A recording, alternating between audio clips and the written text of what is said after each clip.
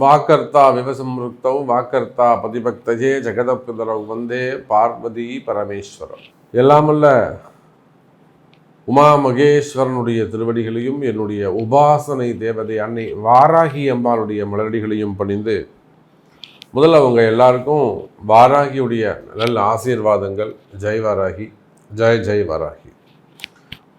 வாராகியுடைய ஆசீர்வாதங்கள் உங்களுக்கு கிடைக்கட்டும். டிசம்பர் மாத ராசி பலன்.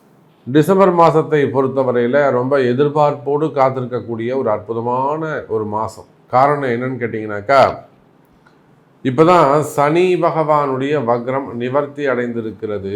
எனக்கு தெரிஞ்சு இந்த சனி வக்ர காலங்களில் 12 ராசி அன்பர்களும் ஒரு நல்ல ஸ்டேஜில் இருக்கிறாங்க, ஒரு நல்ல ஃபேமிலி பொசிஷனில் இருக்கிறாங்க, அல்லது ஒரு நல்ல ஜாப் பொசிஷனில் இருக்காங்க, அல்லது ஒரு பிஸ்னஸ் ஒரு நல்ல பொசிஷனில் இருந்துகிட்டு இருக்கு அப்படின்னு ரொம்ப நம்பிக்கையானவர்கள் கூட சற்று தடுமாறக்கூடிய வகையிலோ, அல்லது இதுவரையிலும் நான் வாழ்க்கையில் இப்படி ஒரு சுச்சுவேஷனை நான் ஃபேஸ் பண்ணதே இல்லைங்க அப்படின்னு சொல்கிற மாதிரி ஒரு இக்கட்டான சூழ்நிலையை சந்தித்ததோ, அல்லது புதுசாக எதிரிங்க உருவாகிட்டாங்க சாமி,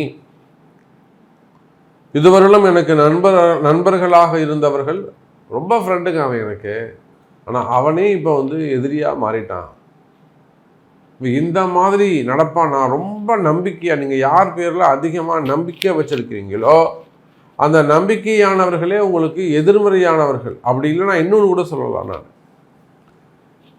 யாரெல்லாம் நீங்கள் யாரையெல்லாம் நன்னா இருக்கணும், அவன் ரொம்ப கஷ்டப்படுறாங்க, அவங்க நல்லா இருக்கட்டுங்க அப்படின்னு நீங்கள் யாரை பாவம் பார்க்குறீங்களோ அவனா அவங்கள பதம் பார்த்துருப்பான்.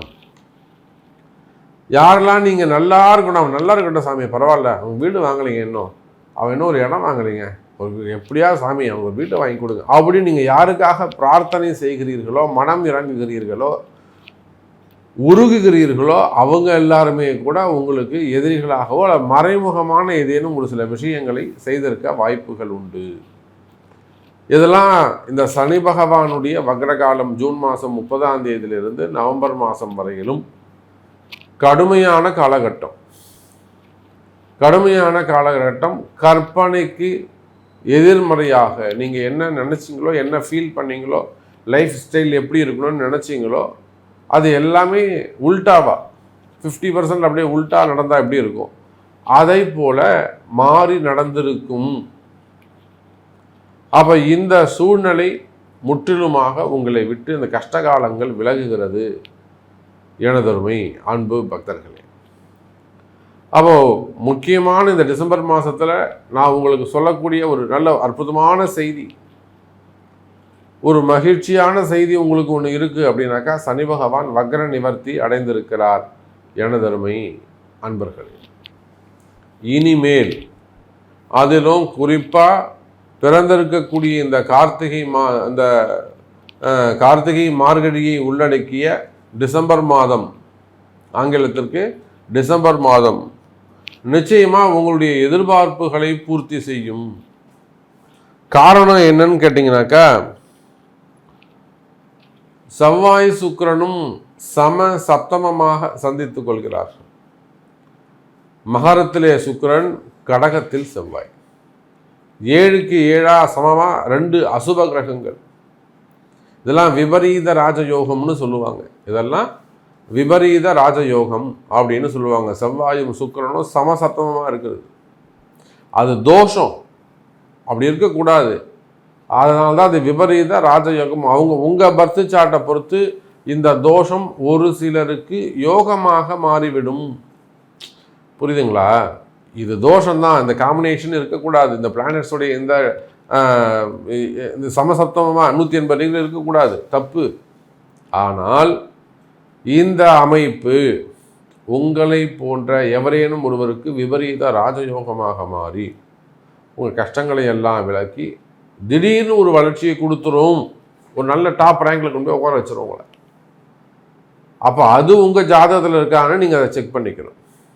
அப்போ கடகத்தில் செவ்வாய் நீச்சமடைந்திருக்கிறார். அதே போல் மகர சுக்கிரன் அவ்வளோ சிறப்பு இல்லை. போச்சுன்னா மீனத்தில் ராகு, கன்னியில் கேது, எல்லாவற்றுக்கும் மேலாக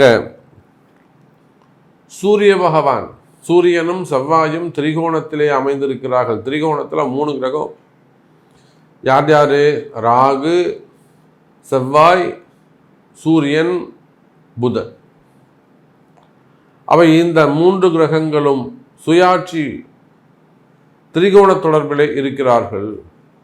ஸோ அற்புதமான கிரக காம்பினேஷன்ஸ் இருக்குது. மெயினாக சூரியன் ராகு தொடர்பு, அரசியலில் ஈடுபட்டிருக்கக்கூடியவர்கள், அரசியல் தலைவர்கள், இவங்களுக்கெல்லாம் மிக சிறப்பான முறையில் அமையப்போகுது. குறிப்பாக அரசியலில் ஈடுபட்டிருக்கக்கூடியவங்களுக்கு நல்ல முன்னேற்றம், வருமான யோகங்கள்லாம் ஏற்பட போகுது. இந்த சூரியனுக்கும் குரு சூரியன் தொடர்பு அங்கே ஏற்படுகிறது. இதெல்லாம் ஒரு நல்ல பதவி யோகத்தை உங்களுக்கு கொடுக்கும். நல்ல பொசிஷன், அந்த பதவி யோகத்தை உங்களுக்கு கொடுக்க போகுது. சரி, வாருங்கள். இதுதான் கிரக அமைப்பு. இன்னும் டீப்பாக உள்ளே போயிட்டு பார்க்கலாம். வாருங்கள். அன்பார்ந்த கும்பராசி அன்பர்களே, கும்பராசி அன்பர்களே, இந்த மாதம் டிசம்பர் மாதம் ஒரு சிறப்பான மாதமாக அமைகிறது. காரணம் என்னன்னு கேட்டிங்கனாக்கா, ஒரு பக்கம் கும்பராசிக்கு ஜென்ம சனி. இந்த ஜென்ம சனியில் எப்போ இந்த ஜூன் மாதம் 30ஆம் தேதி சனி பகவான் வக்ரகதி அடைந்தாரோ அன்னிலிருந்தே பலவிதமான குழப்பங்கள், பலவிதமான பிரச்சனைகள், ஏற்கனவே இருக்கக்கூடிய பிரச்சனைகள் இல்லாமல் புது புது பிரச்சனைகள் வேறு. இல்லை ஒரு 5 மாதத்தில் July, August, September, October, November, இந்த 5 மாதத்தில் புது பிரச்சனைகள். அப்போ இந்த நவம்பர் 15ஓடு முடிஞ்சு நவம்பர் 16லேருந்து இயல்பு நிலைக்கு கும்பராசி அன்பர்கள் வந்துட்டாங்க. அப்போ இந்த டிசம்பர் மாதத்தை பொறுத்தவரையில் எந்தெந்த புது புது பிரச்சனைகள் எல்லாம் வந்ததோ, அந்த வீண்பள்ளி அபமானங்கள் வந்ததோ, அல்லது தலைகுனிவுகள் வந்ததோ, எங்கள் வீட்டுக்கார் ரொம்ப நல்லா வருங்க சாமி, இப்படி சொல்லிட்டாங்க அவரை, என் பையன் ரொம்ப நல்லவன் சாமி, இப்படி பண்ணிட்டாங்க, ஸ்கூல் ப்ராப்ளமாக இருக்கலாம், விளையாடுற இடத்துக்கு போன இடத்துல பிரச்சனையாக இருக்கலாம், அல்லது ஏதாவது கீழே விழுந்திருக்கலாம், அடிபட்டு இருக்கலாம், ஆப்ரேஷன்ஸ் ஆகிருக்கலாம், உடல்நிலை குறைவுகள் ஏற்பட்டிருக்கலாம், அது பெரியவங்களாக இருந்தாலும் சின்னவங்களாக இருந்தாலும். அப்போ இந்த 5 மாதத்தில் ஏற்கனவே இருக்கக்கூடிய பிரச்சனைகள் இல்லாமல் புது பிரச்சனைகள் ஏற்பட்டிருக்கும்.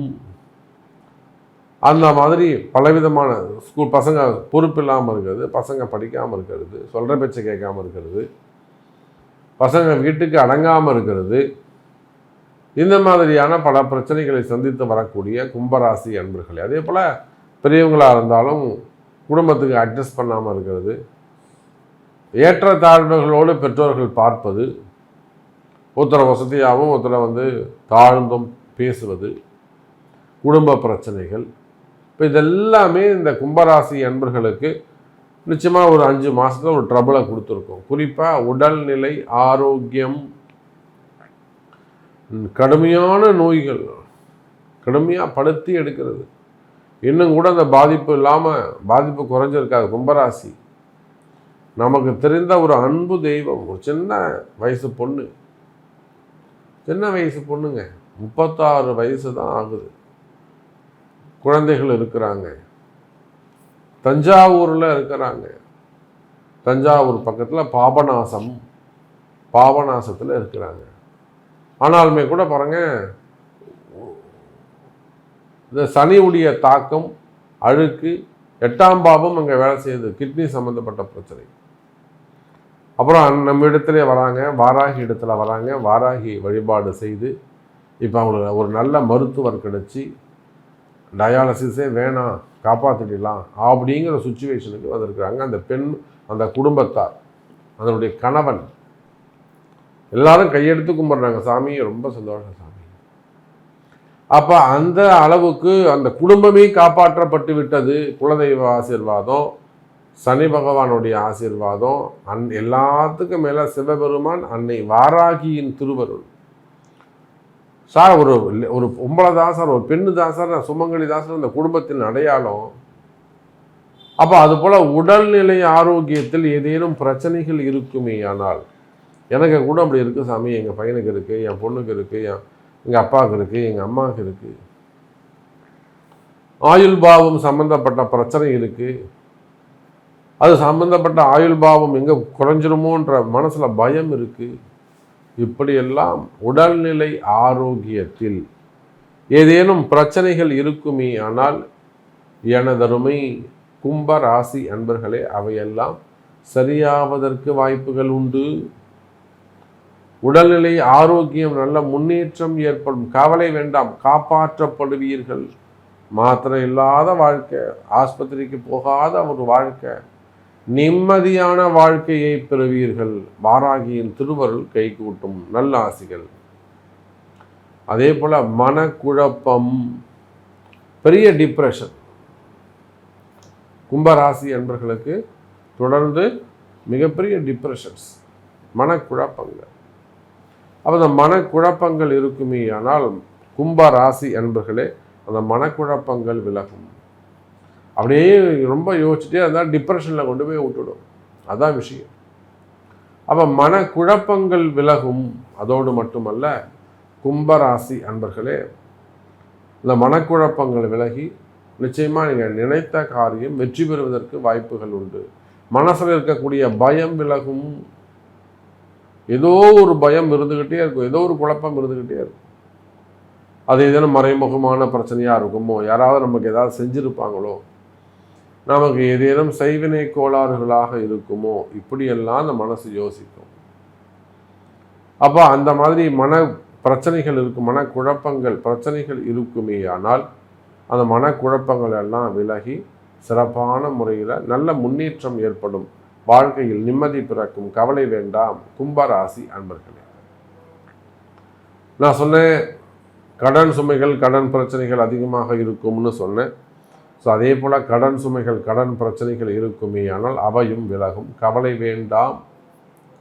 அதே போல் தொழில் அமைப்புகள், 10ஆம் அதிபதியாக வரக்கூடிய செவ்வாய், கும்பத்துக்கு 10ஆம் அதிபதி செவ்வாய், விருச்சகம் அதில் யார் இருக்காங்க? 7ஆம் அதிபதி சூரியன் இருக்கிறான். சூரியன் புதனும் 5ஆம் அதிபதியும் 5, 8, 7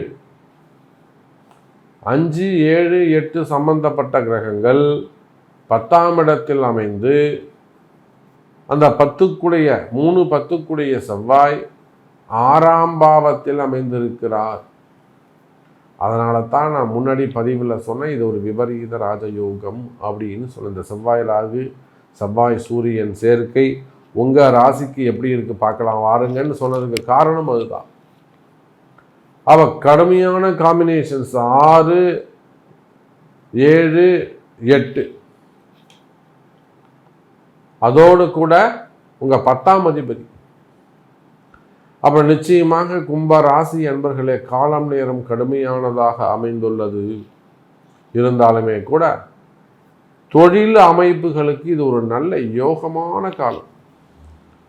பொதுவாகவே கும்பராசி அன்பர்களே, நீங்கள் எந்த தொழில் செய்பவராக இருந்தாலும், உள்நாடாக இருந்தாலும் வெளிநாடாக இருந்தாலும், அரசியலில் ஈடுபட்டிருக்கக்கூடியவர்களாக இருக்கலாம், அல்லது அரசாங்கத்துறையில் ஒர்க் பண்ணக்கூடியவங்களாக இருக்கலாம், அரசாங்கம் சார்ந்து தொழில் செய்யக்கூடியவங்களாக நீங்கள் இருக்கலாம், எனி பிஸ்னஸ் பில்டராக இருக்கலாம், லேண்ட் பிஸ்னஸ் பண்ணக்கூடியவங்களாக இருக்கலாம், அல்லது பிறகு ரெசார்ட்ஸ் வச்சு பல ஏக்கரில் ரெசார்ட்ஸ் வச்சு நடத்தக்கூடியவங்களாக இருக்கலாம், விவசாயிகளாக இருக்கலாம், விவசாயம் சார்ந்த தொழில் செய்யக்கூடியவங்களாக இருக்கலாம், மெடிக்கலாக இருக்கலாம், ஹார்ட்வேர்ஸாக இருக்கலாம், கார்மெண்ட்ஸ் எக்ஸ்போர்ட் இம்போர்ட் பிஸ்னஸாக இருக்கலாம், டெக்ஸ்டைல்ஸ் சார்ந்த தொழில் செய்யக்கூடியவங்களாக இருக்கலாம், மில்லுங்க வச்சு நடத்தக்கூடியவங்களாக இருக்கலாம், ரியல் எஸ்டேட்டாக இருக்கலாம், பில்டர்ஸாக இருக்கலாம், stock market, share market, pharma, marketing, insurance, இந்த மாதிரியான பிஸ்னஸ் ஓன் பிஸ்னஸ் செய்யக்கூடியவங்களாகவும் நீங்கள் இருக்கலாம். அப்போது கும்பராசி என்பர்களே, நீங்கள் எந்த தொழில் செய்பவராக இருந்தாலும் சரிதான். தொழில்துறையை பொறுத்தவரையில், பிஸ்னஸை பொறுத்தவரையில் மிக சிறப்பானதாக இருக்கும். தொழிலில் நல்ல முன்னேற்றங்கள் இருக்கும், வரவு செலவுகள் அதிகரிக்கும். எனதருமை கும்பராசி என்பர்கள். அதே போல் உத்தியோகம் சிறப்பானதாக இருக்கும். உடல்நிலை ஆரோக்கியத்தில் மட்டும் சற்று கவனம் தேவை. அதே போல தான் மறைமுகமான பிரச்சனைகள் சொல்லியிருக்கிறேன், செய்வினை கோளாறுகள் சொல்லியிருக்கிறேன். இது சம்பந்தப்பட்ட பிரச்சனைகள் ஏதேனும் இருக்குமே ஆனால் உடனடியாக உங்களுடைய பிறப்பு ஜாதகத்தை கொண்டு தொடர்பு கொள்ளுங்கள். சரி, திருமண யோகங்கள் எப்படி அமையும்? ஏன்னா கும்பராசிக்கு 30 வயசு, 35 வயசு, 40 வயசு கடந்தெல்லாம் பொம்பளை பசங்க இருக்குது. அன்றைக்கெலாம் 40, 41 வயசு ஒரு பொம்பளை பொண்ணு வருது.